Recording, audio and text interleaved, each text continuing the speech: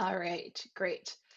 Okay, so welcome everybody again to the Stanford University Archaeology Collections virtual exhibit opening for Modeling Mesoamerica, Origins and Originality in a Teaching Collection.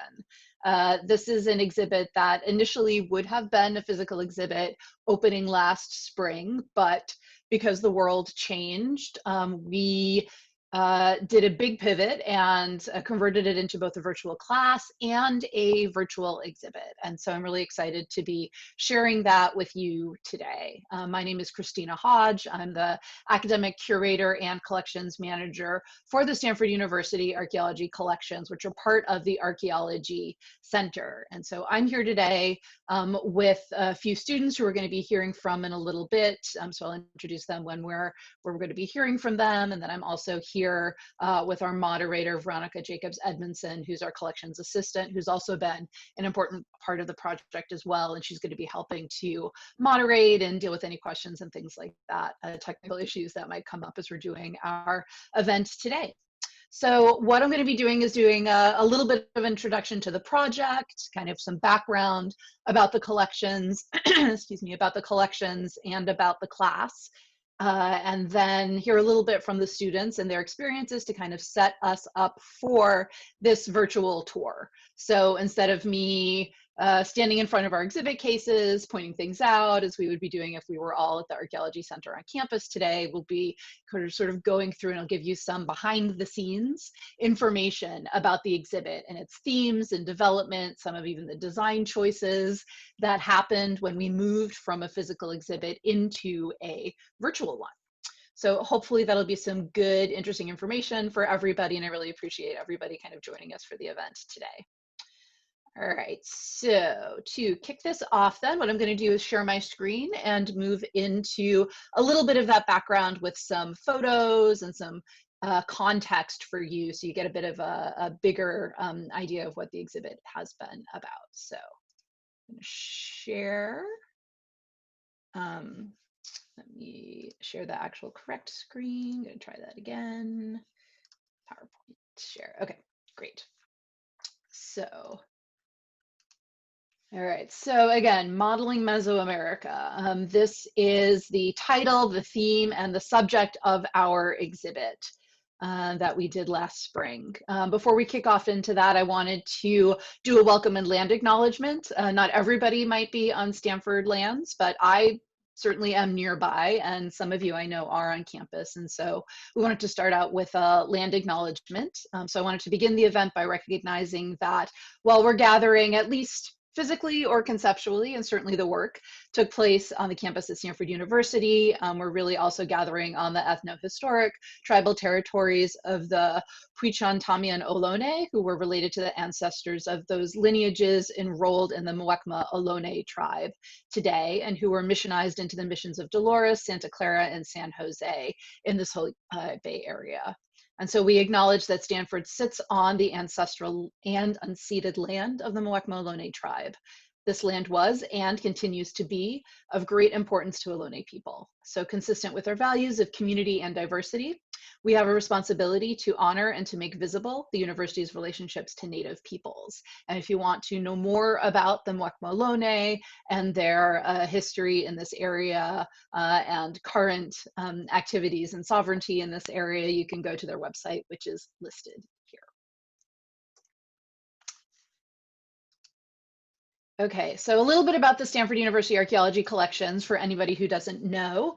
We are part of the Stanford Archaeology Center, and we have a collection of around 100,000 objects from Stanford's own history, including the history of Muwekma Ohlone that goes back thousands and thousands of years on these lands, but also a collection like any ethnographic or archaeology museum. We've got ethnographic materials and archaeological materials from all over the world that we take care of and use for teaching and research. And you see a little glimpse of our storage facility here, which is in the basement of Margaret Jacks Hall on campus. We also do physical exhibits, which is where we would all be, or some of us anyway would be, if we had been able to do this opening at the Archaeology Center.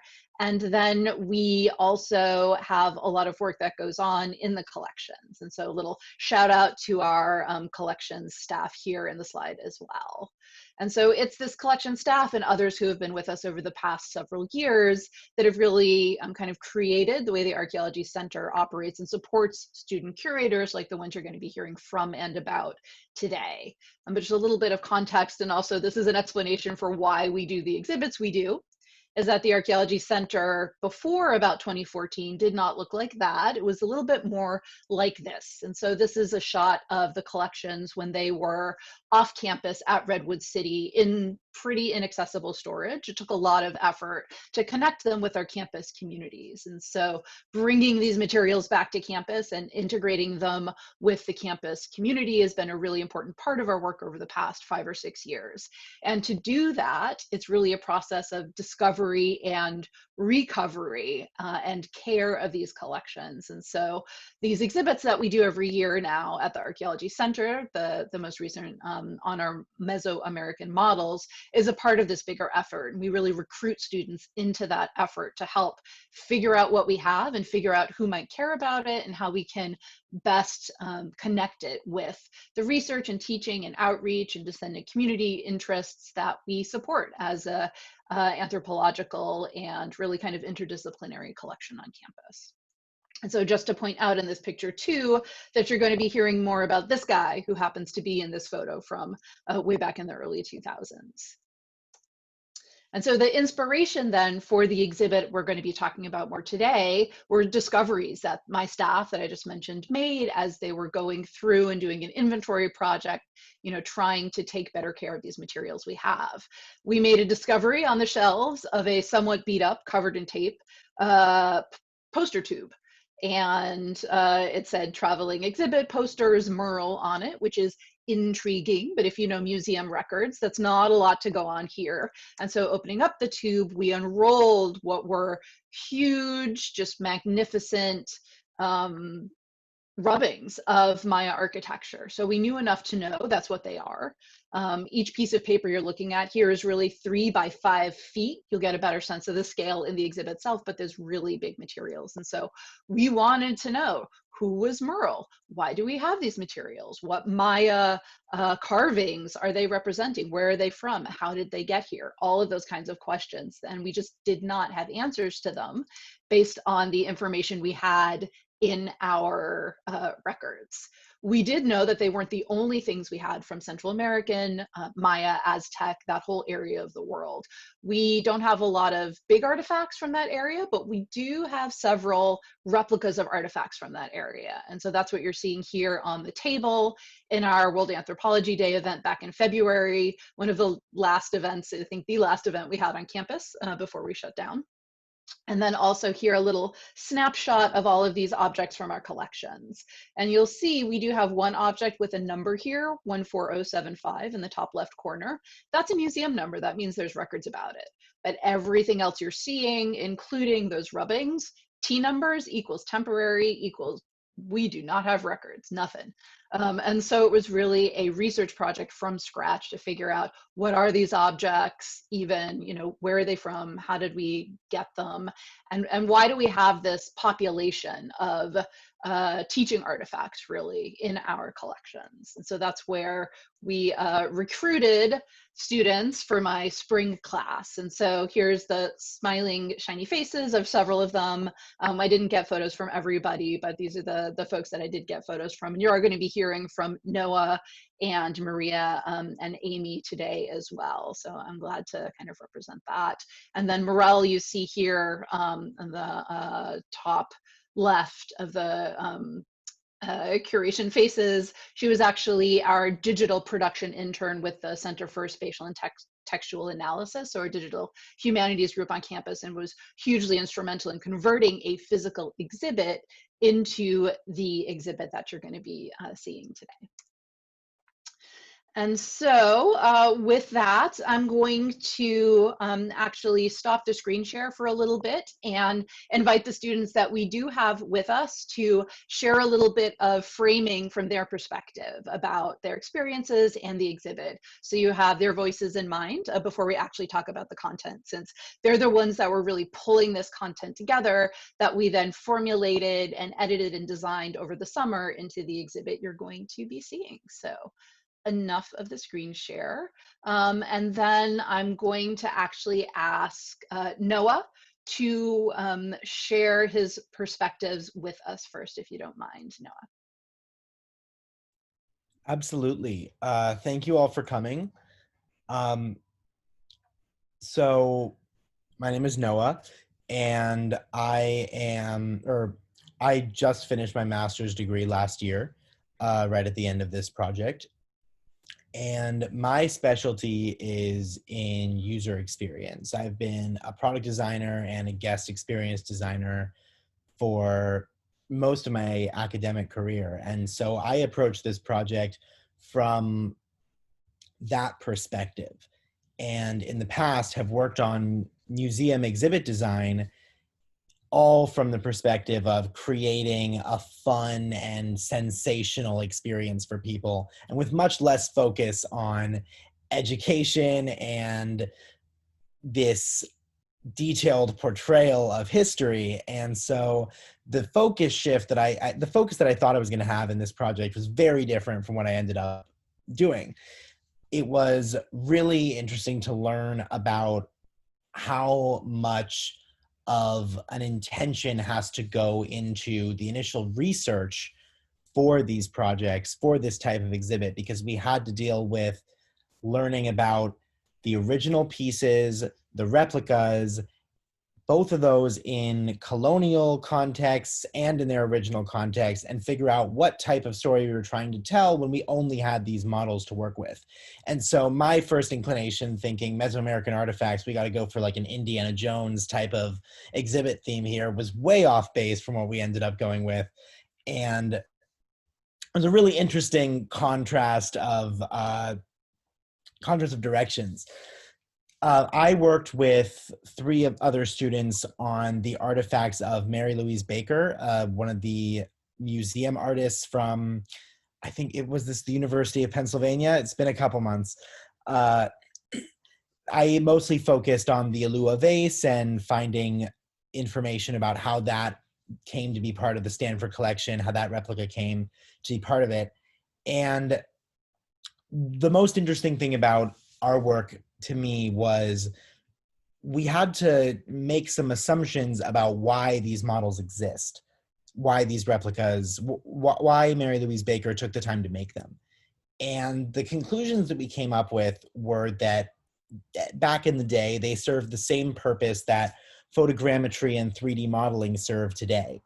The idea is to create this backup log of these artifacts and to allow people without access to the original piece to study them.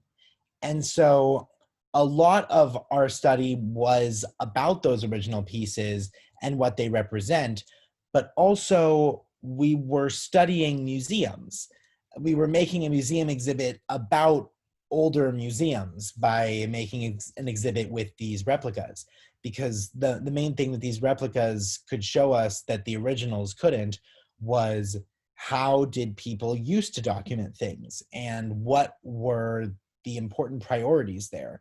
The university collection that our artists had access to was really huge, and it was really interesting to see which pieces they chose to replicate and helped us understand more of what their priorities were. That's all that I plan to say. That's No, all I that's have to say. good. That's excellent. Thank you, Noah. That's great. Really great. So I hope you guys like it. Okay. I think I like it at least, so that's good. That's a start. Okay, so thank you, Noah. So next, I'm going to call on Amy to share some of her experiences with us, please, as well. Hi, everyone. As Christina said, my name is Amy, and I am a senior this year, so still an undergrad. And I've had the pleasure of actually minoring in archaeology. So I've taken quite a number of archaeology classes, and I've actually worked with the collections a bit before. So I knew going into spring quarter things would definitely look a little bit different from what I was used to. And I guess one of the big takeaways for me is I remember when we were choosing teams and choosing which artist we wanted to work with, I was really drawn to Merle Green Robertson, especially her rubbings, because it was a medium I personally had never really worked with before. So then once we got into the stage of researching and looking a little deeper, I found that having the online scans was really useful, because this type of thin paper was probably so delicate that we might not have been able to get as into it and as close as we could have. And not only that, we could zoom in and get very close to the markings, which I found was extremely helpful. And then another thing about the rubbings was that I personally had always thought that they were very faithful replications of something, because you're taking an actual imprint of what is there. But as we studied a bit more, we learned that there's a much more technological aspect to what Merle Green Robertson was doing, and she was really leaving her own mark on her art. So it's shifted from studying an exact copy of something that exists in the world to it's really a model of it, and you have to interpret from both sides of not only are you seeing it as a lens to view the original object, but we had to see it as an object in itself, which is, I think, one of the most unique parts of this exhibit and something that I really enjoyed. So I hope you all enjoy it as well. All right, great. Thank you very much, Amy. Okay, so Maria, more Robertson perspectives from Maria.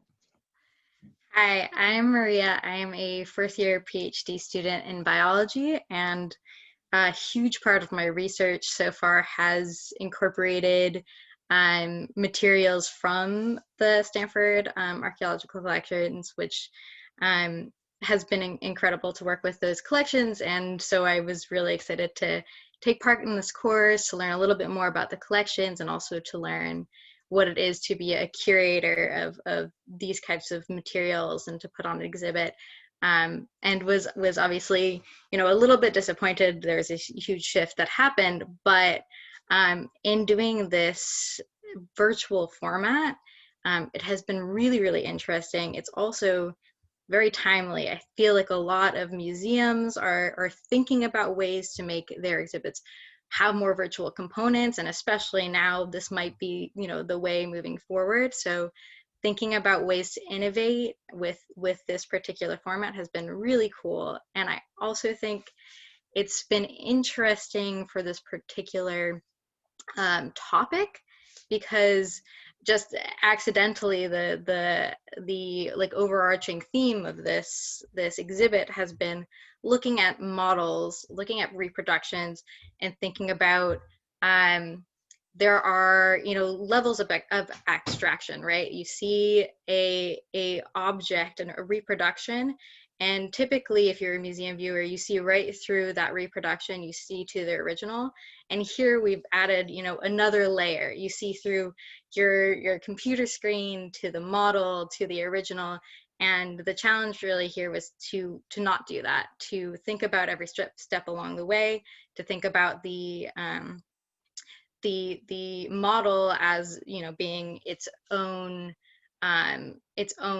artifact, really. And that has been really interesting. It's been really interesting to think about the person behind the making of the model. Merle Green Robertson, Amy already gave a little overview as to what those rubbings were like, and how you might have some artistic interpretation there. But learning about Merle Green Robertson, who is a female archaeologist, one of the earliest, and just the amazing work that she's done, but at the same time learning about the original Maya artifact and thinking about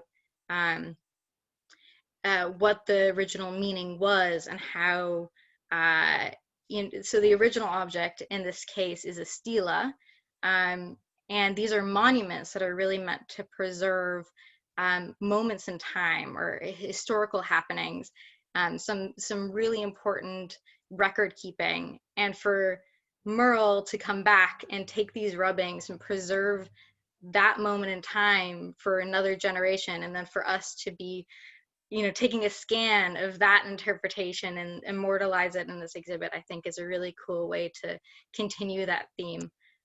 So I was really happy to get to work on this exhibit, and I hope you all enjoy it.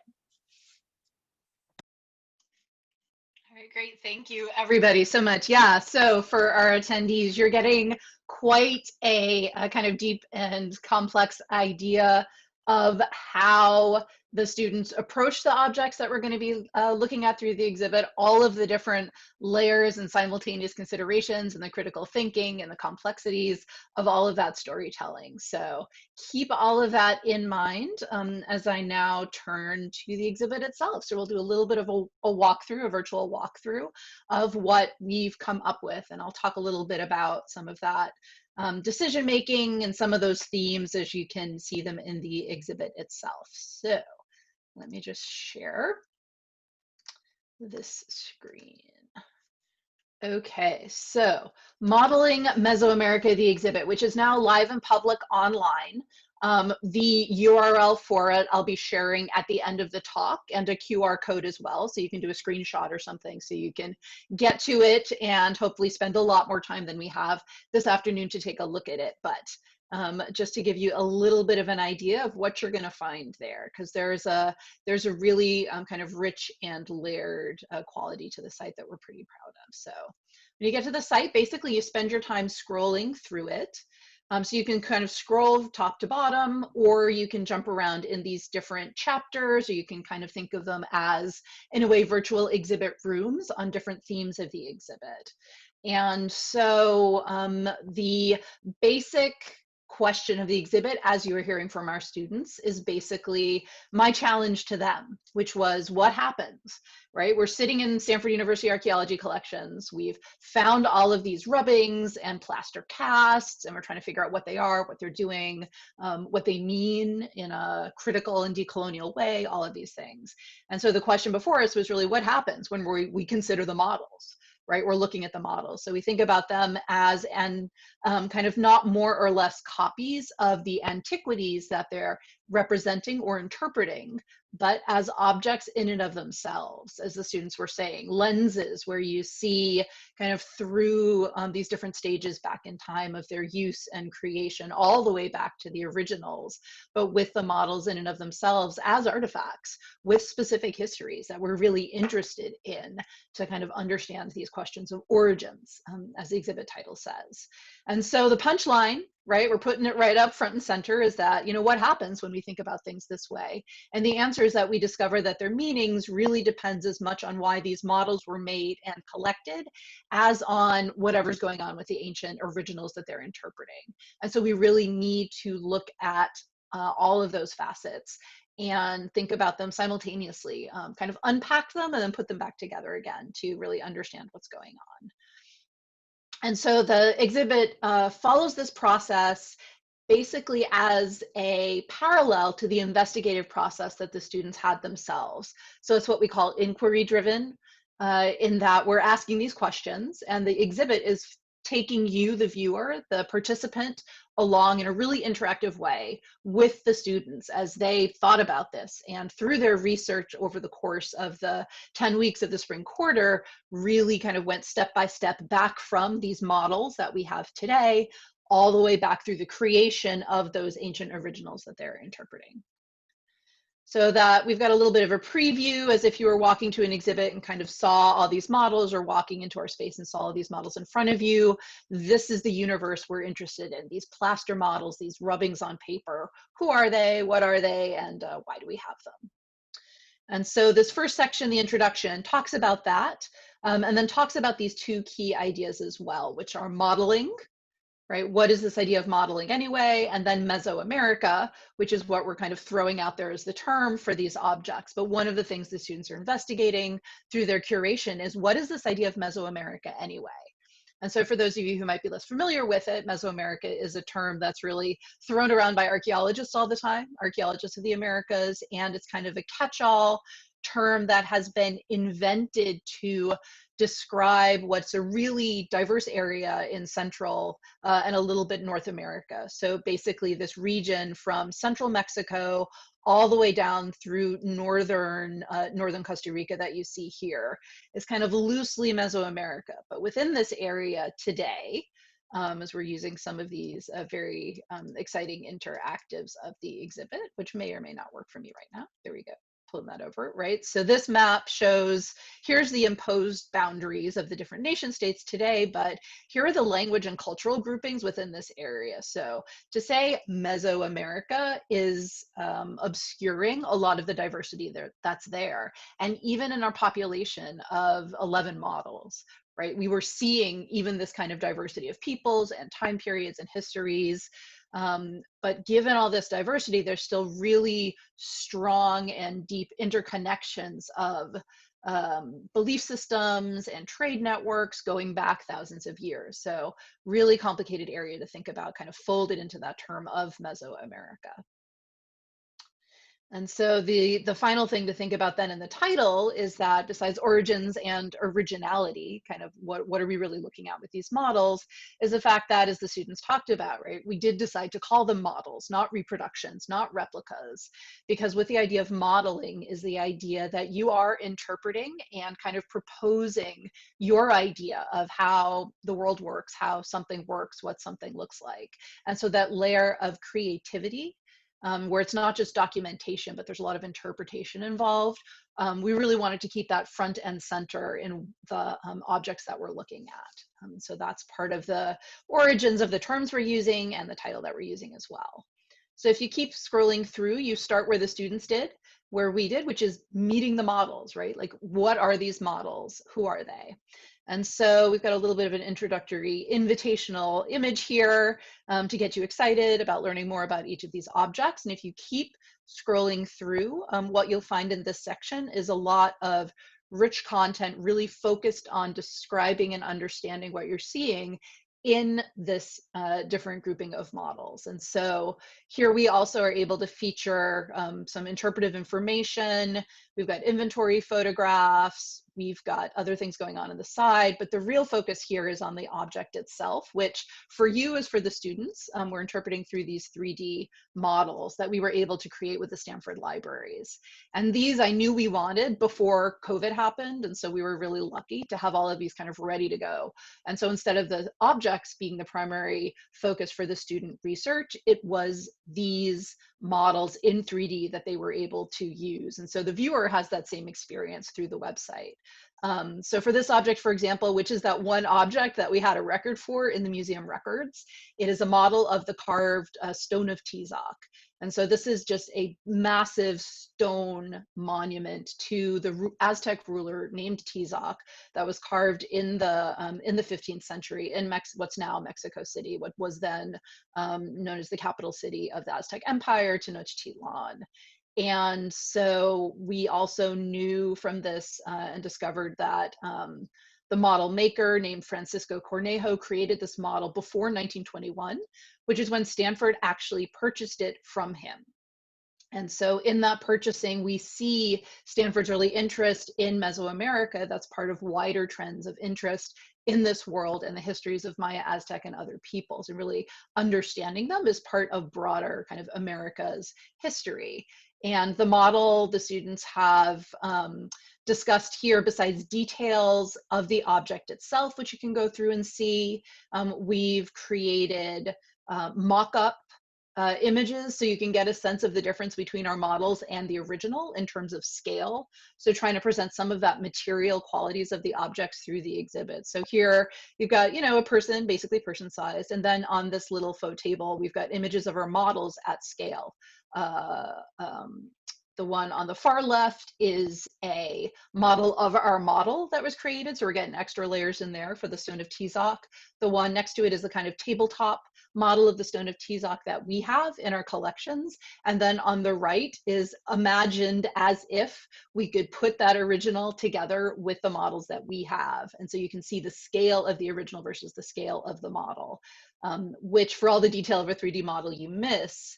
And then which also starts to get at that theme the students were talking about, right? Which is that a model is not the original, and the accuracy of the model, what you're really looking at is the decisions of the model maker. What did they consider to be important? What were their choices and how they created this object to represent some other ancient original? And so that was the starting point for the students, and then for you as well. And so for each of the models that are in this section of Meet the Models, you can click through and explore, and there's some guidance from our student curators about how they suggest you might do that, what they noticed when they were doing that. So again, having you come along in that trip with our models and our students as they were encountering each other. So for this model, it's suggesting that you click through and kind of rotate the model to try to find the figure here with the largest headdress, who is about opposite the groove here. So let me see if I can find him.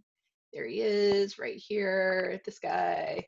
And so that is believed to represent Tizok himself, right? So if you're creating a monument and you're putting yourself on it, you're going to give yourself the most important, significant regalia and appropriate to your station, and that's who we've got going on here.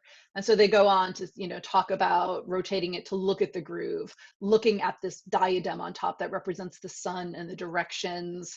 There's some controversy about this groove, whether it was original or whether it was carved later by the Spanish in order to alter the meaning of the stone.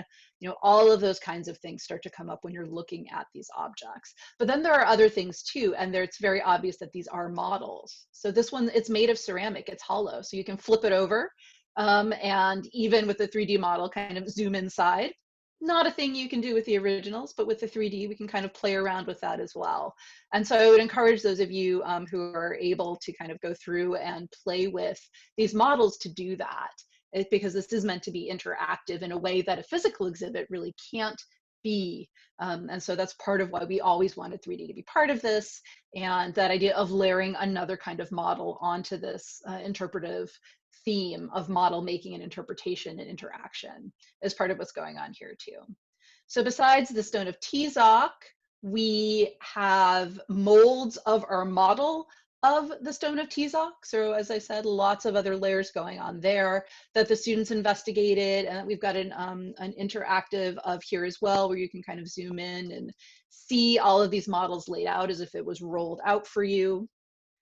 We've got a couple models of what's probably the most famous, certainly Aztec and probably Mesoamerican monument, and that's the monument known as the Sunstone, also from Tenochtitlan.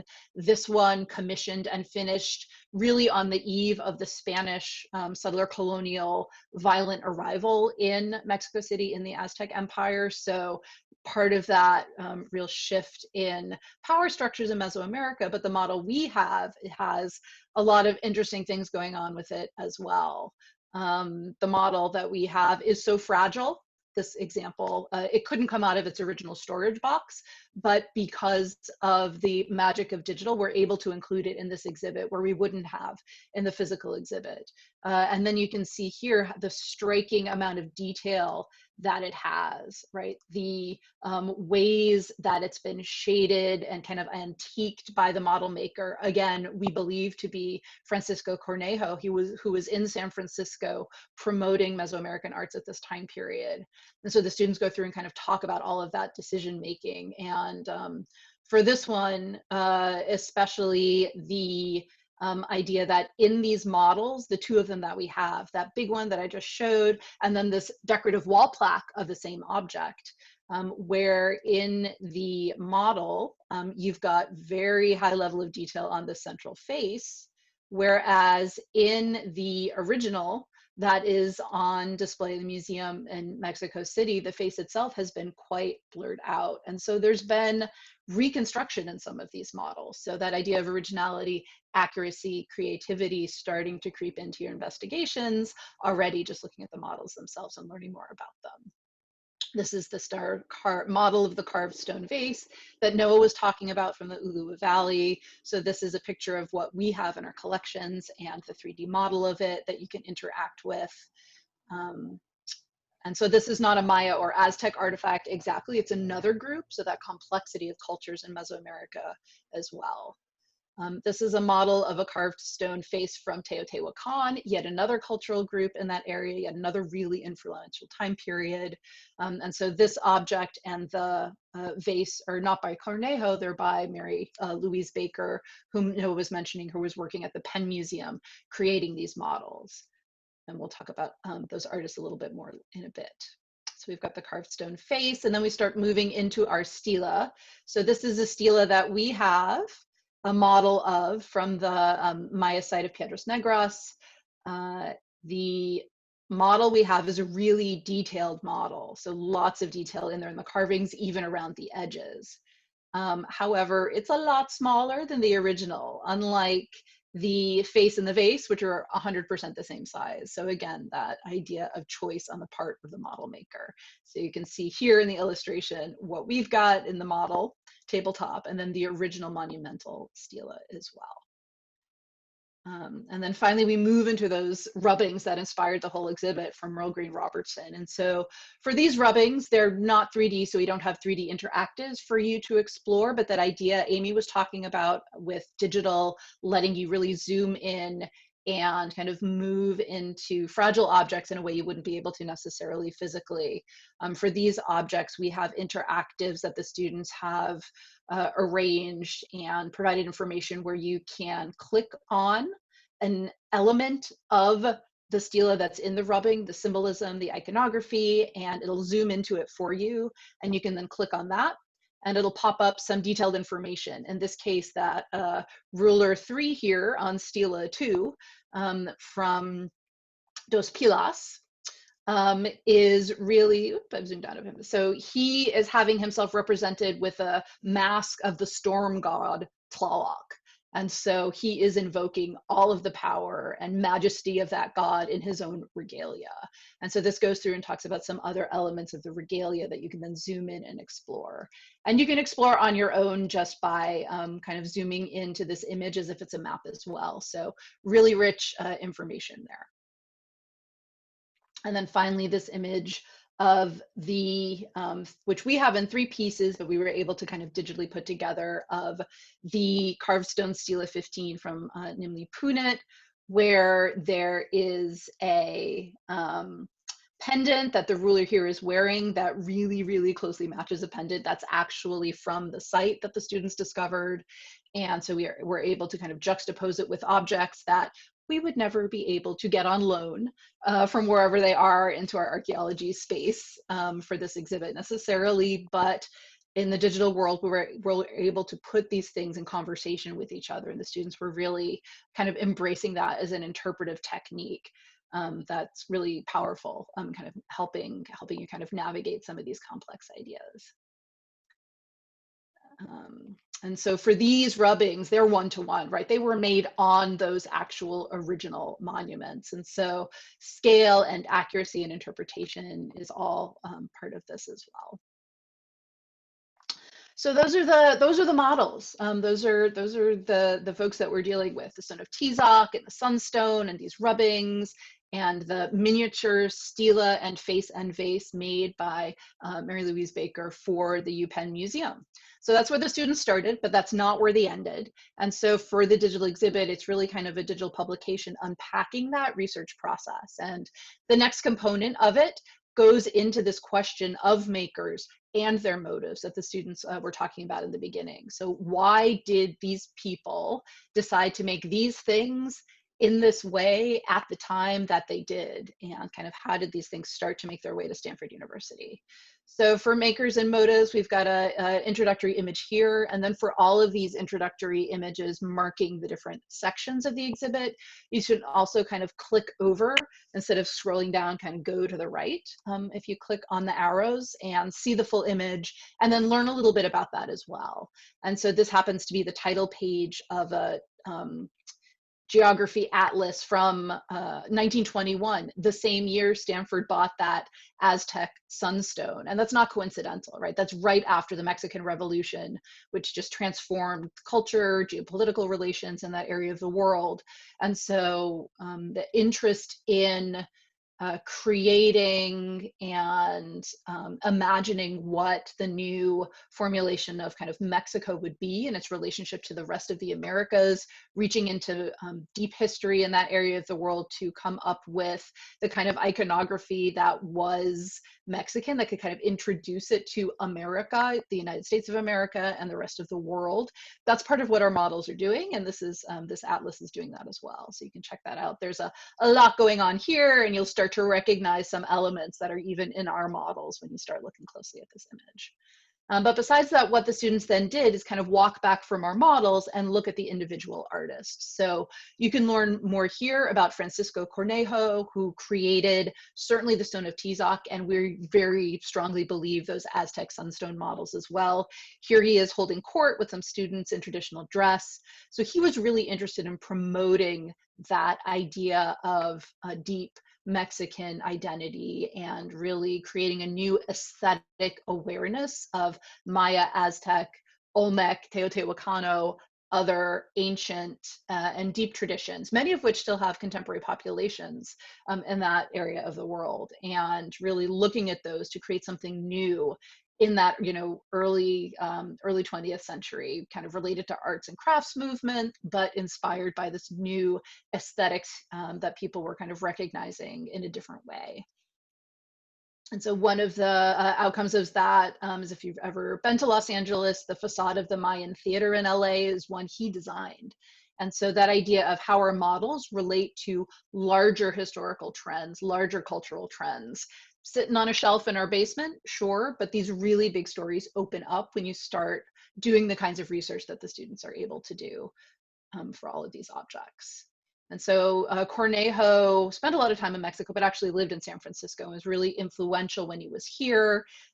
Stanford, you know, bought that model from him for sure. He taught in San Francisco at the California School of Fine Arts. So really, really kind of an influential person that's represented in our collections. And so the students found that really everyone who made these models was influential in their own realms. You heard a bit about M. Louise Baker from NOAA when he was doing the introduction, and how important she was as an archaeological artist at the UPenn Museum, painting Maya pots, right? Maya pots and ceramics couldn't circulate, but her amazing watercolors and reproductions of them that were published, those could. The ceramic plaster rather models she was making really accurately, those could. And so Cornejo was more of an artist, kind of that popular scene, but Baker was really museum based and had a very close relationship with scholars. And so you see that in her work as well. One example of that is in that stone face that I showed you. And so this is using advantage of that digital capacity. We wouldn't be getting the original from the UPenn Museum, but digitally we can line it up with ours and really show you just how accurate our model is. So the plaster model is the white here, that's ours, and the green stone is the original. And it really, you know, the cracks that she reproduced line up. All of those things are quite striking. And she chose to include some of the damage, unlike Cornejo. And so you see that the model makers don't all have the same motivations either. And that is really part of the story here too. And then finally, Merle Robertson, that Maria and Amy were talking about, as, you know, working a little bit later in the 20th century, and really the idea of documentation, preservation of monuments that were under threat was some of her motivation. And she was hugely influential as a scholar and archaeologist as well in translating Maya scripts, in understanding the broader reach of Maya iconography. So she's really, really well known for that in the field.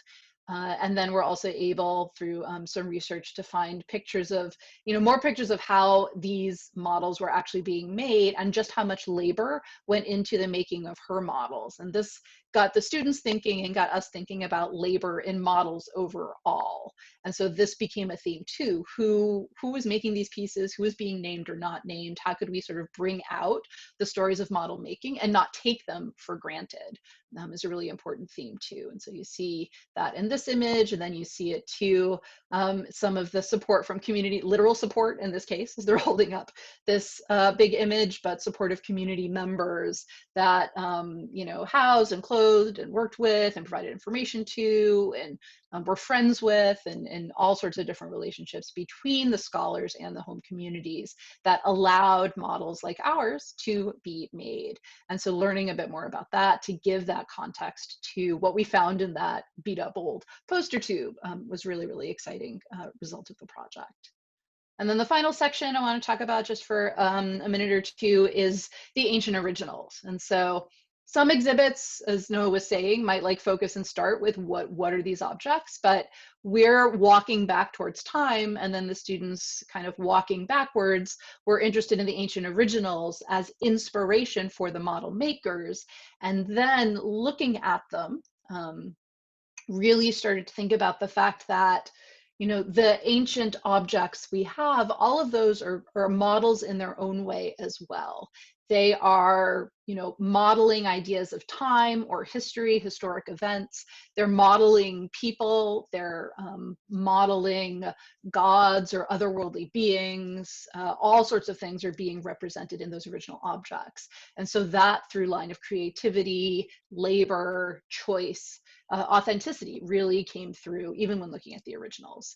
So we've got here some really beautiful, majestic images of the originals that our models are based on, and some contextual information about those that students pulled together when they were working on this research, kind of on the right, framed with some of their supporting images and some contextual information too.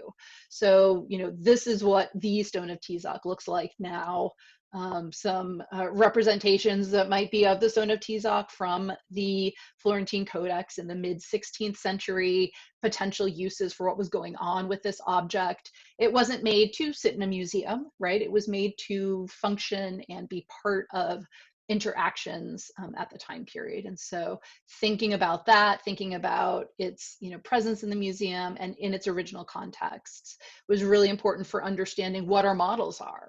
These things are inextricably linked, is what we discovered.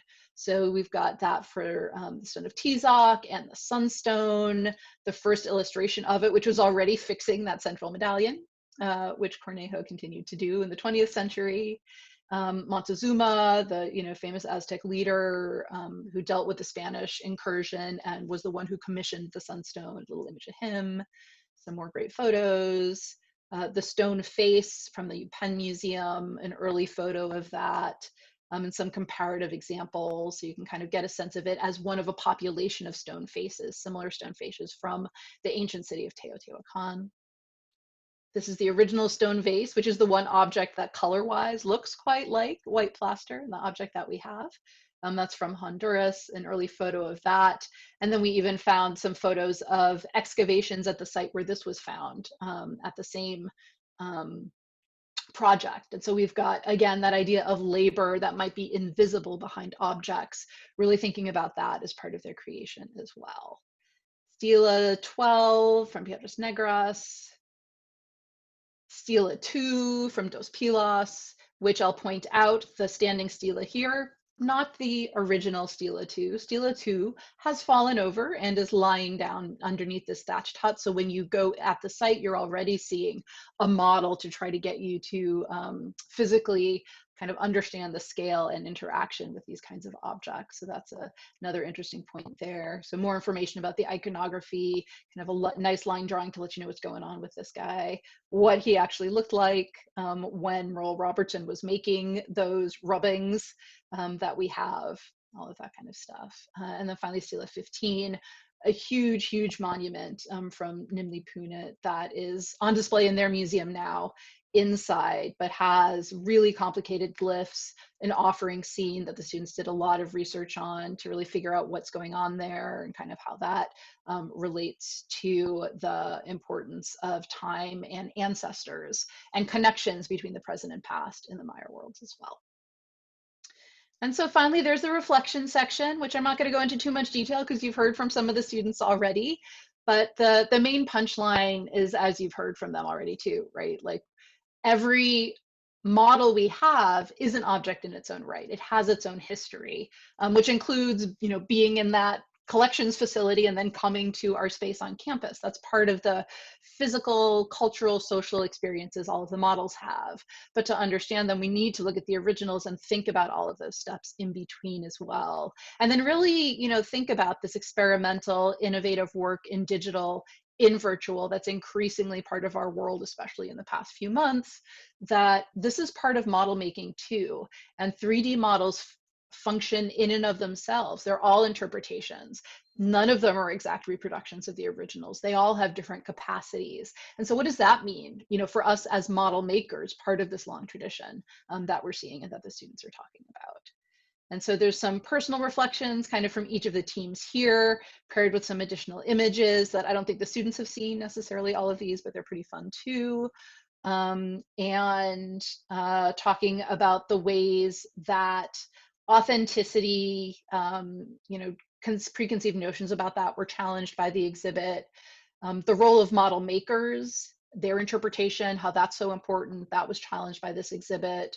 And the fact that, the idea of models as inauthentic is really being challenged, and sort of changing that narrative is part of this as well.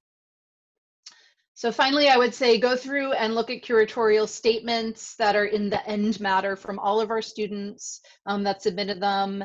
And then you can go through their acknowledgements of the many people on campus and off who worked on and made this exhibit possible. That's in the end matter too. And then if you're interested in the references that we've got quite the bibliography going on, pulled together from all the students' work as well, to show where the scholarship behind our interpretations actually came from. So with that, I'm going to stop the share and thank everybody for their attention for all of that, and kind of open it up to any questions that we have, either for me or for our student panelists.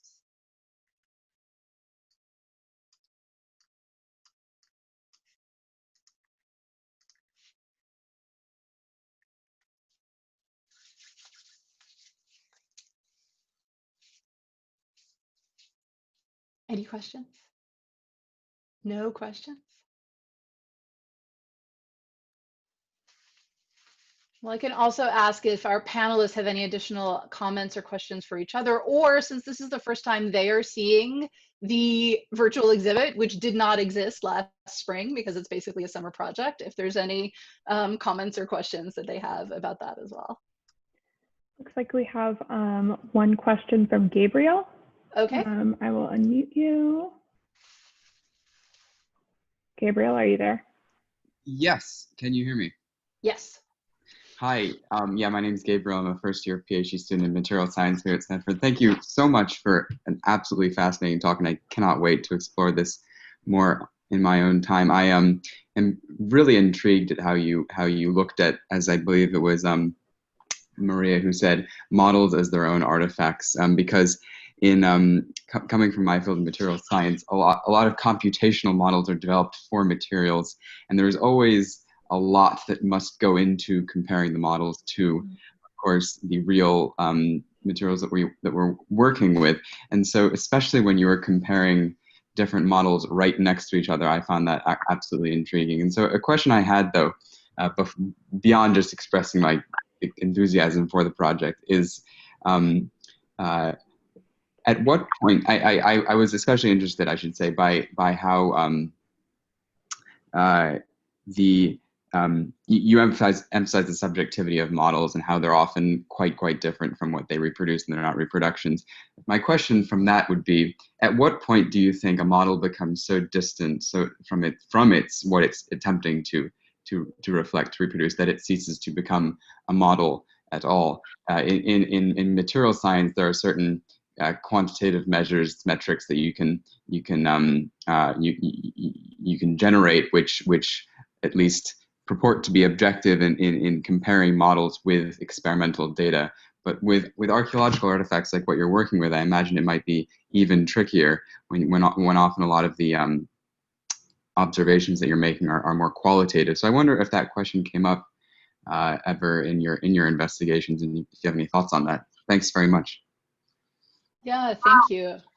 I think that I don't think we did wrestle with that question specifically. And it's a really interesting one. Like, when is the model not a model. And I think that for me anyway, part of why I maybe didn't wrestle with that is that I am, you know, for the social scientists, I lean on the social, less on the science personally. And so I'm holding in my head simultaneously that they're models and not models. And so it becomes a very blurry line. And so I think for me, where I would go with that question is to the, you know, back to intent, right? What can we figure out about the intent of the kind of makers, the intent of the audiences, and our own intent as we're kind of approaching these things. And I think that, you know, that would not necessarily come to 100% clarity, but in asking the question, it would clarify our own sense of, you know, defining that line, project-based or personal-based or discipline-based, wherever it might be. And so clarity about those definitions rather than not taking them for granted is a big message of this class and kind of our work in general. And that's where I'd come down on that. Although if any of the students have anything to add, I'd certainly welcome hearing from them.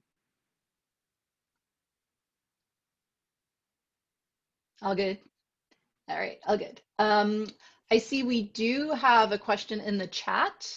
Yes. From Kate about who would like to hear from the students specifically about anything you found especially challenging or maybe rewarding, it could happen, about reimagining a physical exhibit as a virtual exhibit, really doing this work kind of as a, conceptualizing it as a virtual exhibit. I can, oh. Yeah, Noah, I think unmuted a little bit, so we'll hear from Noah and then Amy about that. Sure. So obviously the first challenge was not being able to physically hold the objects, which I know is an important part of the initial plan for our program.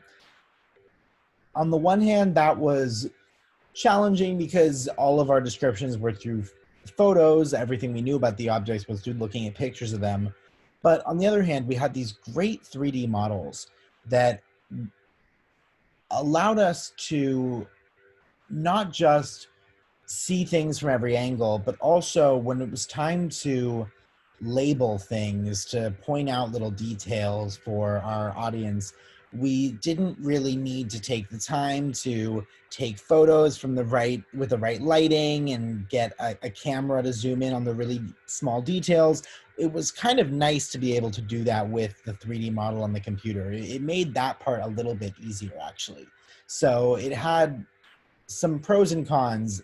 Obviously, I wish that I'd be able to hold that object in my actual hands, but being able to work with those 3D models was actually pretty beneficial at times, especially when it came to later on wanting to actually like draw people's attention to things. When we had this idea of putting a model inside like a glass case, we didn't want to have sticky notes on the thing pointing to different points, but we could do that with our virtual little 3D projections. Great, thanks. And Amy, why don't you go ahead? Yeah, I think Noah really touched on most of it, but one other thing I was going to add was communication was a big challenge, at least for some of us if we were in different time zones or we were meeting during class. But other than that, it could be difficult because we weren't all in one room all around the object at the same time. But it was also nice in that way because then all of us could be on our computers researching and then talking about, I found this source, I found that source. So it was kind of a double-edged good and bad thing that we were kind of able to use. Yeah, thanks. Well, and that's good for me to hear too, kind of some of this feedback. And I would say that for the students anyway, if and when we are back on campus, even if it's after you have graduated, if you happen to be there and we are open, please do reach out. I would be very welcome. You would be very welcome at any time to come and visit the artifacts that we have. Because one of the things that's the fallout from this year is that we're not putting these on physical exhibit. Initially, we thought we might have a chance to do that, but just timing wise, and we're still not kind of back normally on campus. So the physical exhibit for this is just not going to exist in current plans, but that does mean that for the students, you're sort of welcome to come back behind the scenes and visit your objects or any of the objects at any time. We've got a couple questions in the Q&A module. Let's see, first is from Victor Madrigal. How might this virtual approach to exhibits change the conversation on repatriating archaeological artifacts to their country or culture of origin? Mm-hmm. Yeah, that's a really great question. And sometimes it has been going on for some time, but like a lot of things, ideas of restorative justice and, decolonizing museums in a real structural way have really come to a head. There's all sorts of news stories now too about activism happening, especially in France, around African collections, stolen materials. And this is something the students grappled with in the class quite directly, thinking about what does it mean that we have models of objects and not the originals. You'll see several of the models were of stela, which don't necessarily travel very well as massive monuments, but some of them were taken, right? That Stela 12 model that Mary Louise Baker made for the Penn Museum, Penn took that stela and others. They like circled around and went to New York before going back to Honduras, or Guatemala, sorry. And so it is a real question. And I think part of the shift is that the conversation, as someone who's worked in repatriation for a while, the conversation initially was, and still is, on, in ways, virtual repatriation, virtual kind of creation of indigenous knowledge, where the stuff would stay at the museum, but the information or the photos or the community would be able to create their own knowledge, digitized knowledge system around it, oral histories and those kinds of things for their own use. But I think at this point, the idea of objects staying in their countries of origin, which a lot of our models have, especially the ones that can't easily move, but then it being kind of the digital reproductions that are circulating and the way our models have circulated, that shift is something I think I'm sort of starting to see, and I'm wondering if that's the direction the conversation will go in, where it's the Western museums that have the digital reproductions and the originals are kind of going home to their countries of origin. But there's so much diversity in how and why objects left originating communities that I think that conversation is going to be happening for a long time. We have another question from Cynthia Gentry. What was Cornejo's reason for creating the models and replicas? Was he selling them, or did he try to pass them off as originals? Ooh, another good question. We don't have any Cornejo folks here. No, nobody representing Team Cornejo. Okay, so I'll do my best to speak a little bit for the discoveries of Team Cornejo, because we had our students divided into teams by artist, as you might have gathered. And so Team Cornejo discovered through a fair bit of writing, Cornejo is like a known commodity in this scene of artists, in the early 20th century, kind of right after the Mexican Revolution. And you can put Frida Kahlo and Diego Rivera and those folks in a way into this too. The idea of, creating some new, he was really motivated to create some new kind of visual and creative language for the new Mexican Republic after the revolution that integrated those ancient peoples and symbols. And so he was selling his models for profit. He was promoting Mexican arts and crafts and art, for profit and for respect and just for building a new national identity at that time.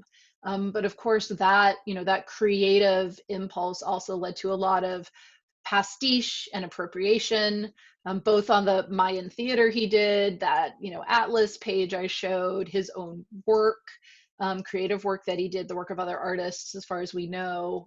He was focused kind of on Aztec stuff, but Maya iconography, Olmec iconography, it all got kind of folded together, broken apart, remixed. And that was being done not in direct consultation in the way we do it today, maybe with descendant communities. So the rights and privileges of indigenous communities across Mexico and Central America is a real ongoing struggle and conversation. And in this idea of the aesthetics of Mesoamerican art that he directly participated in, he was interested in promoting it, but that was kind of the flip side, is there was a lot of appropriation and convolution of different distinct peoples and traditions going on as well. And then let's see, we have a couple questions from Kira. She wants to know what the most surprising part of this project was, and what is one thing you wished you knew before you began this endeavor?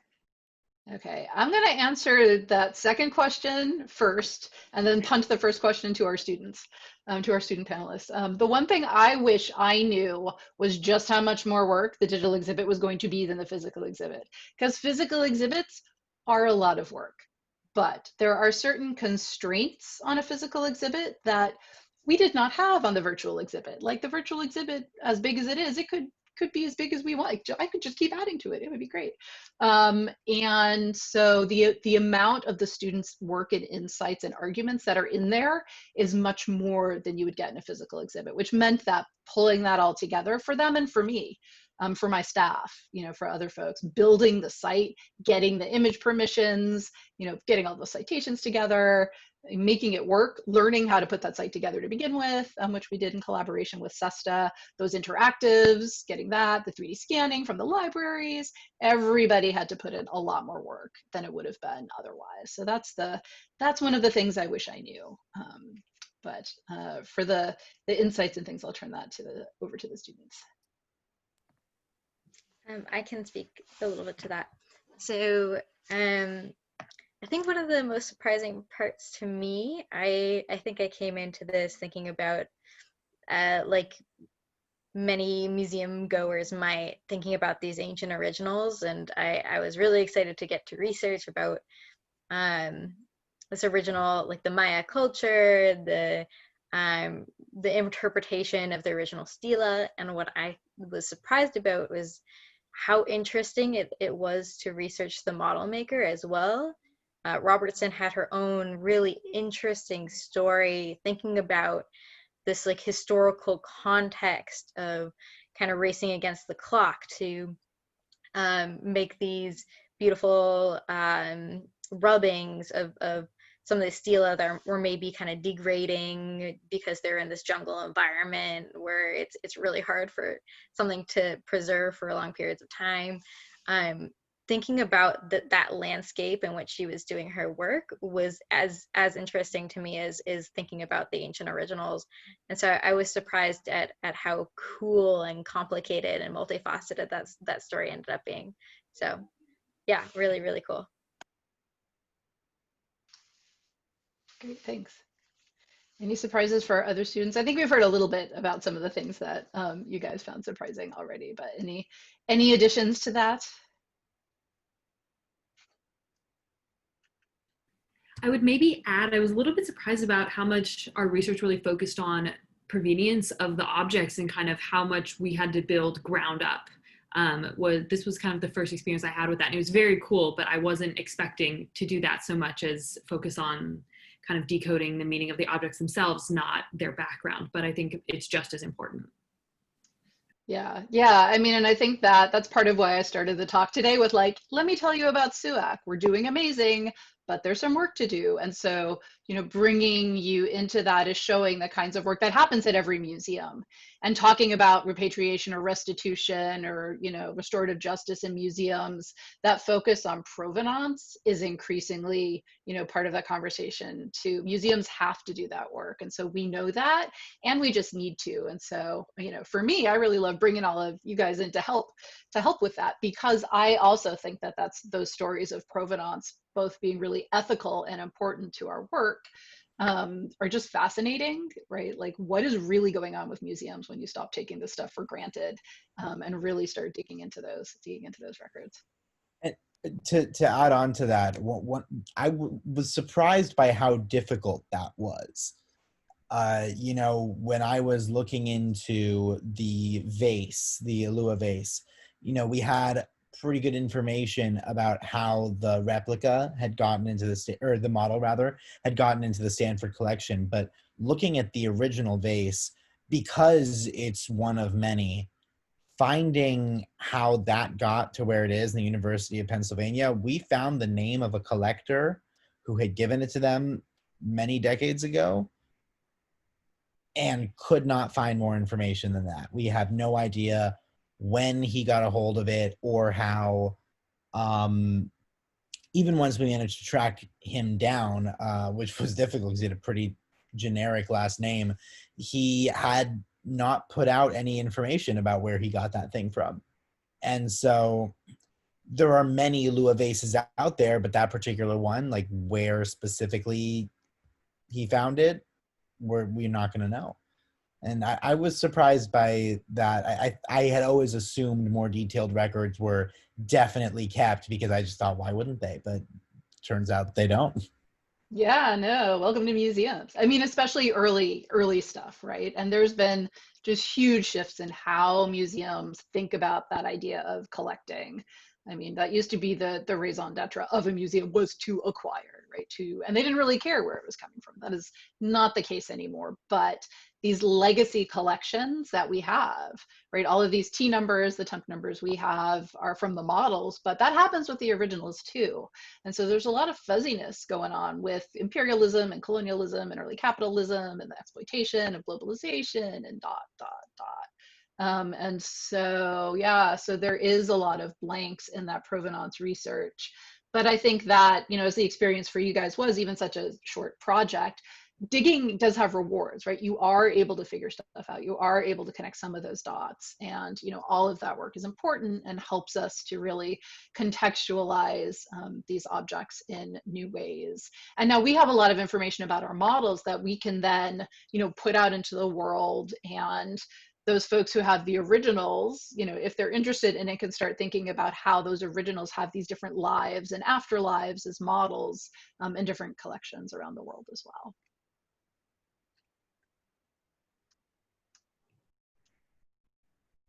So it looks like we are just at time. If there are no more questions. Great. So thank you to Christina, and thank you to our student curators, Maria, Noah, and Amy, for this wonderful talk. Yep, and please, I'm going to, if you want to stick around, I'm going to go to a screen share that has the URL of the actual exhibit on it, so you can see that. If you want to go to the SUAC website, Stanford University Archaeology Collections, you can get in touch with us with any questions as well. So yeah, thanks everybody, and have a great rest of the afternoon and weekend. Thank you. The exhibit looks great. Thanks. Trying to do the screen share and it's like not doing it. Hold on. Go.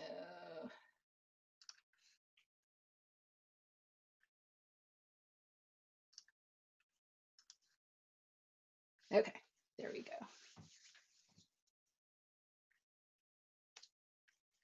All right, so I think probably at that point we can stop the recording.